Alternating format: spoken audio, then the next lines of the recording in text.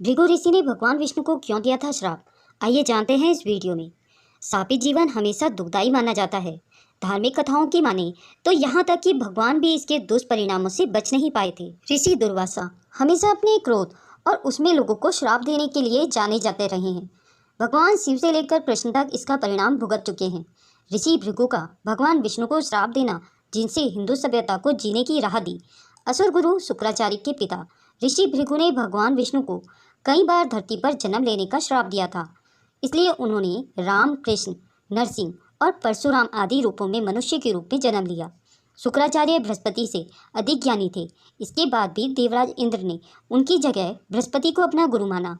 इसे अपना अपमान मानकर शुक्राचार्य ने असुरों का गुरु बनना स्वीकार कर लिया और असुरों के माध्यम से इंद्र से बदला लेने की ठानी। लेकिन देवों को अमरता का वरदान था और असुरों को नहीं। इसलिए शुक्राचार्य को यह अच्छी तरह पता था कि असुर कभी भी देवों से जीत नहीं पाएंगे। इस मुश्किल का हल पाने के लिए शुक्राचार्य ने भगवान शिव को प्रसन्न कर मृत संजीवनी का वरदान पाने की युक्ति सोची। यह वह चीज थी जिससे कि मृत को भी जीवित किया जा सकता था। शुक्राचार्य भगवान शिव को प्रसन्न करने के लिए कठिन तपस्या करने के लिए निकल गए।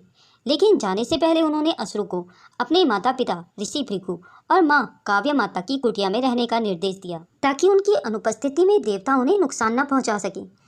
जब इंद्र को यह बात पता चली तो उन्होंने इसे देवों को जीतने का एक सुनहरा अवसर माना। एक दिन जब ऋषि भृगु कुटिया में नहीं थे, उन्होंने वहां आक्रमण कर दिया।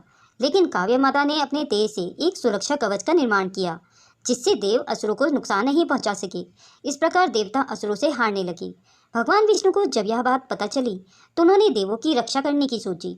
वे इंद्र का रूप धारण करके कुटिया में गए और जब काव्य माता देवों को परास्त करने लगी तो अपने सुदर्शन चक्र से उनका सिर काट दिया। ऋषि भृगु को जब यह बात पता चली तो उन्होंने भगवान विष्णु को श्राप दिया कि उन्हें भी बार बार धरती पर जन्म लेकर जन्म मरण के कष्टों को महसूस करना होगा। हालांकि बाद में ऋषि ने कामधेनु गाय की मदद से काव्य माता को जिंदा कर लिया, लेकिन उन्होंने भगवान विष्णु को दिया श्राप वापस नहीं लिया। इस प्रकार धरती पर बार बार पहले राम और फिर कृष्ण के रूप में जन्म लिया।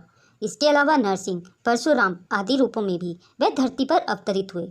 राम के जन्म में रामायण की रचना हुई और कृष्ण के अवतार में महाभारत कथा हुई। इस प्रकार जगत को रामायण और गीता ग्रंथ मिले। दोस्तों, अगर यह वीडियो आपको पसंद आई हो तो इसे लाइक और शेयर करें।